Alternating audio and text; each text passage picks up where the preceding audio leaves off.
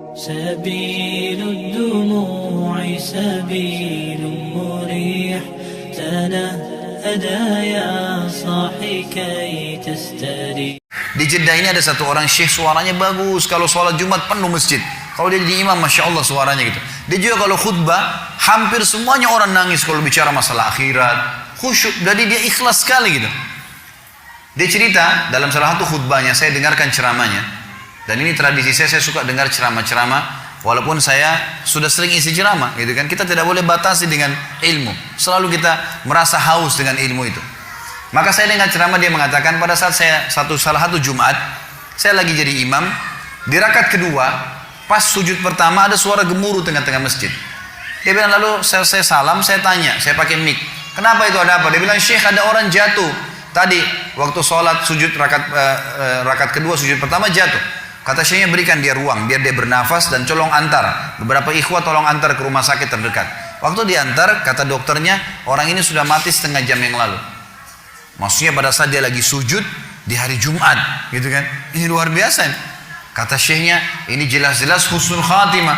Hadis Nabi SAW, siapa yang meninggal hari Jumat tidak akan kena fitnah kubur, dan juga dia mati dalam keadaan sholat. Jelas dari ibadah, apalagi lagi sujud kepada Allah SWT.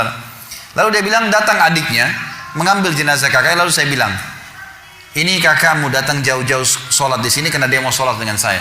Dia mau dengar ceramah, dia mau dengar suara bacaan Al-Quran. Maka saya minta tolong izinkan saya memandikan jenazahnya. Kata adiknya, baiklah silakan.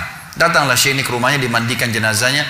Kemudian malam takziah pertama, dan disunnahkan 3 malam takziah. Malam takziah pertama, kata Syekhnya, setelah selesai jamu tamu-tamu semua gitu kan, tamu datang mendoakan, mereka membawa makanan lalu mereka pulang. Lalu kata Syekhnya, saya tanya adiknya, kakakmu ini sebenarnya apa sih perbuatan amal dia yang paling menurut kamu Allah ridhahi sampai Allah tutup dengan husnul khatimah begini?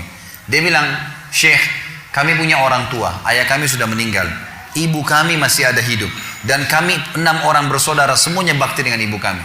Tapi kakak saya ini punya kelebihan plus. Setiap kami datang ke rumah ibu kami, pasti dia yang paling pertama ada. Sisirin rambutnya, aturin bajunya, laki-laki ngurus gitu, orang tuanya, ibunya dirawat betul sama dia.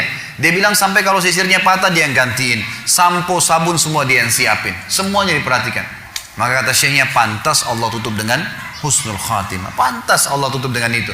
Dan teman-teman, apa yang melarang anda mengirimkan misalnya dari Bali di sini atau dari Denpasar ini ada rezeki, kirimkan ke Jawa, keluarga kita tahu di sana ada sampo, tahu di sana ada sabun, tahu. Kenapa kalau kita paketin dari sini khusus buat mereka?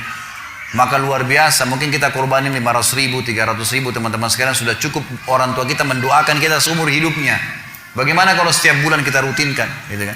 Harusnya kita lakukan seperti itu. Ini puncak silaturahim. Setelah itu datang kerabat-kerabat yang lainnya.